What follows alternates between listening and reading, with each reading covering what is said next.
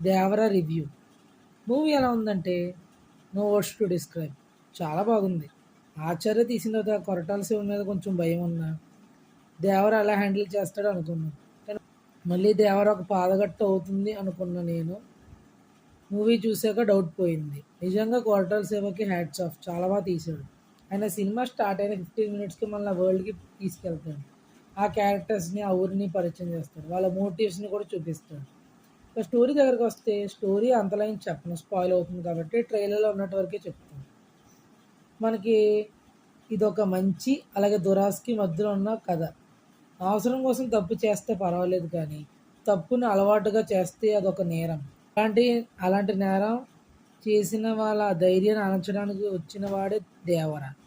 ఇది ఆ దేవర కథ. ప్లస్ అండ్ మైనస్ వస్తే ప్లస్ వచ్చేసి స్టోరీ బిల్డింగ్.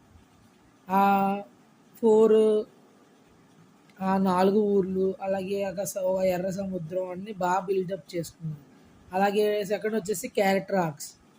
అంటే ఈ క్యారెక్టర్ ఎలా ఉండాలి, సైఫ్ అలీ ఖాన్, జాన్వీ కపూర్, శ్రీకాంత్, అలాగే అందరి క్యారెక్టర్ని బాగా రాసుకున్నారు. ఎన్టీఆర్ క్యారెక్టర్ని అయితే ఇంకా మనం వెలతి తీయలేం. ఇంకా ఇంటర్వెల్ అండ్ క్లైమాక్స్ అయితే అరాచకం. ఇంకా ఎన్టీఆర్ వేరియేషన్స్ ఒకేసారి నవ్వుతూ అలాగే ఎమోషనల్ చేసేయడం, రెండు ఒక ట్రాన్సిషన్ మాత్రం చాలా బాగా చేశాడు ఎన్టీఆర్కి. నెక్స్ట్ వచ్చేసి మ్యూజిక్ అండ్ బీజియం. అసలు అనిరుద్ధ్ ఆయుధ పూజ సాంగ్ బీ ట్యూన్ అప్పుడు, అలాగే ఆల్ హెయిల్ టైగర్ వచ్చినప్పుడు మాత్రం గూస్ బంప్స్. నిజం చెప్తున్నాను, ఆ సీన్ని 10 టైమ్స్ ఎన్హాన్స్ చేసింది. నిజంగా అనిరుద్ధ్ బీజియం మూవీకి చాలా ప్లస్ అయింది. ఇక మైనస్ దగ్గరికి వస్తే కొన్ని చోట్ల విఎఫ్ఎక్స్ బాగాలేదు, మనకు తెలిసిపోతుంది అక్కడ విఎఫ్ఎక్స్ చేసారా, కొంచెం ఆర్టిఫిషియల్గా అనిపిస్తుంది. సెకండ్ వచ్చేసి ప్రిడిక్టబుల్ సెకండ్ హాఫ్.